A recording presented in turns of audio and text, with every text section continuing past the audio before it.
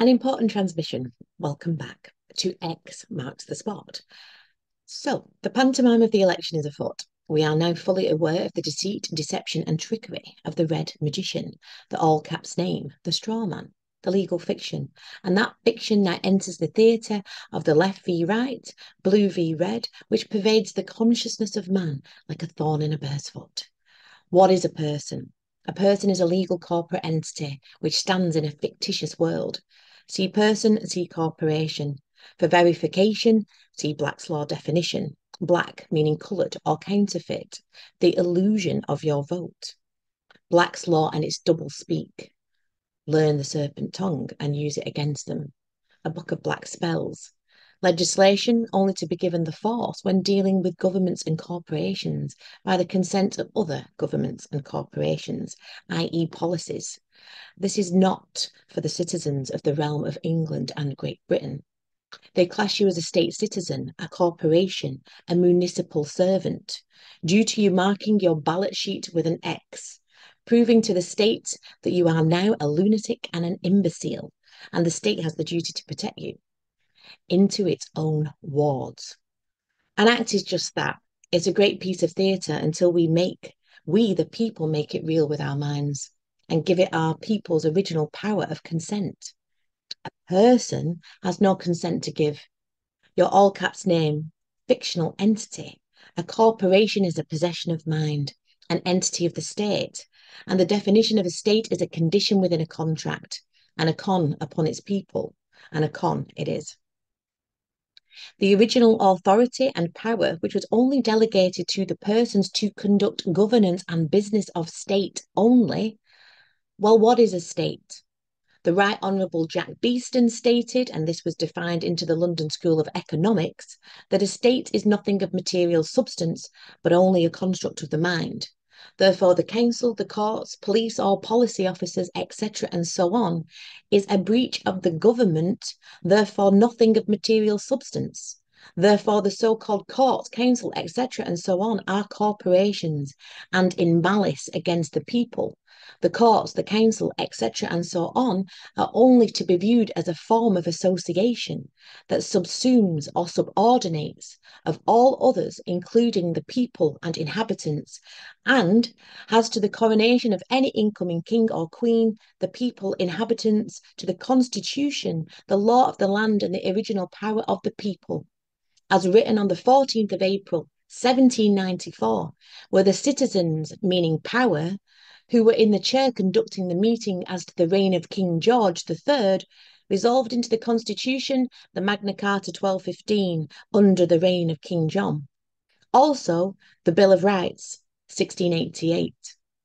The citizens, as we've said, originally meaning power, delegated only to the appointed trustees to act for the betterment of the people, for the people, by the people. All rights were reserved by the people and could not be removed by the persons who were conducting the business of the state. The Constitution is the law which is the highest law of the land, of the realm of England and Wales.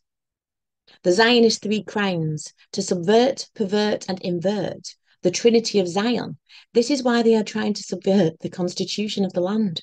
The de-establishment of the Christian Church Bill, some of you may have seen this, to remove the Constitution. This is about stealing status, to lower your status of living man or woman under the law to a fiction registered to the City of London via the birth certificate, via the United Kingdom Corporation. They are stealing our status, our executive power, our original power of authority.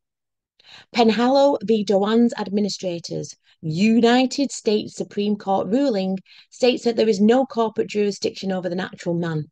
The Clearfield Doctrine. When a government incorporates, it removes its cloak of authority. Yeah? He who creates owns. We created the government, not the other way around.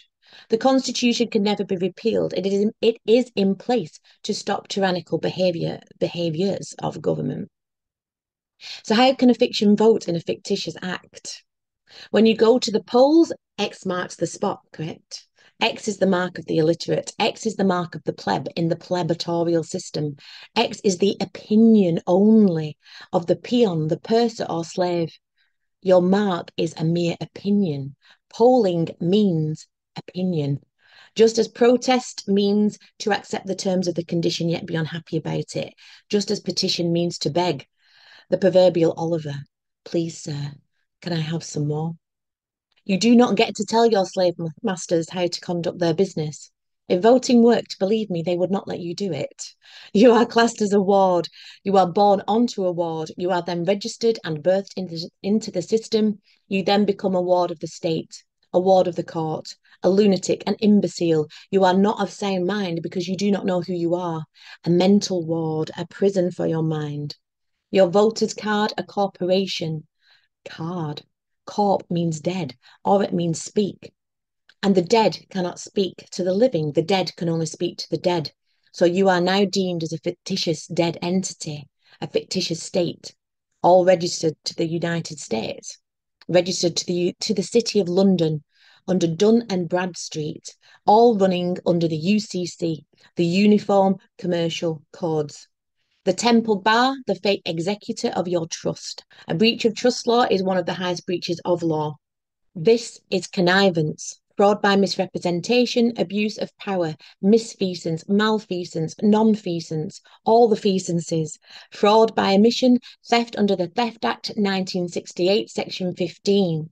Your untangible, which means your power of attorney, your original power, sovereignty, and your executor status to your trust, which is the all caps fiction, which is addressed to you in fraud and misrepresentation, which is a criminal act. They are in breach of all 7 of the Nolan principles. They are no longer in public office. They are in breach of their fiduciary duties. There is no transparency here.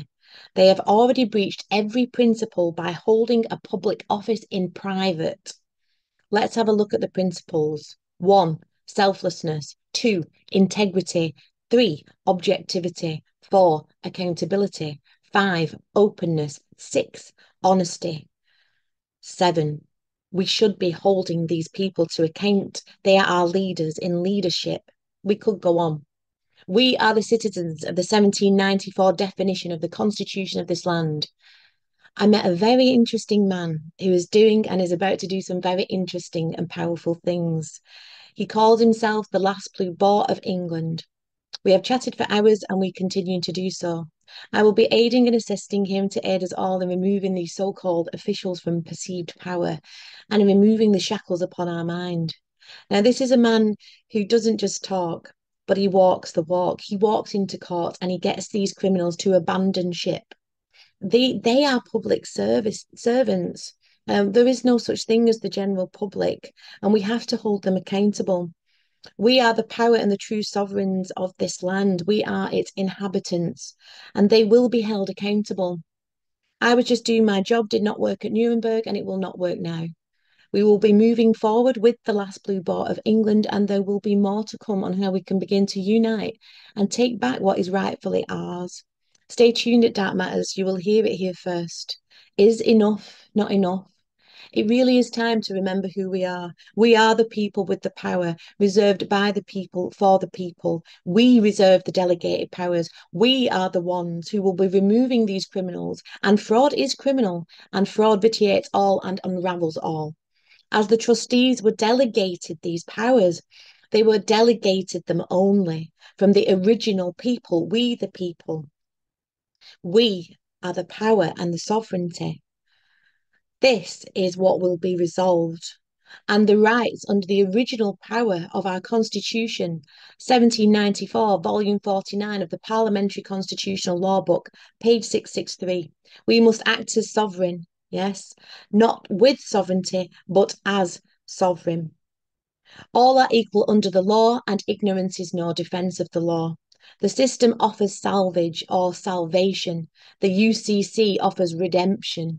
We are not bona vacantia. We are not vacant goods. We do not need the redemption or salvation from a fictitious entity, but we can use their own rules against them to hold them accountable. We are living flesh and blood. The rules are for them. They are public servants.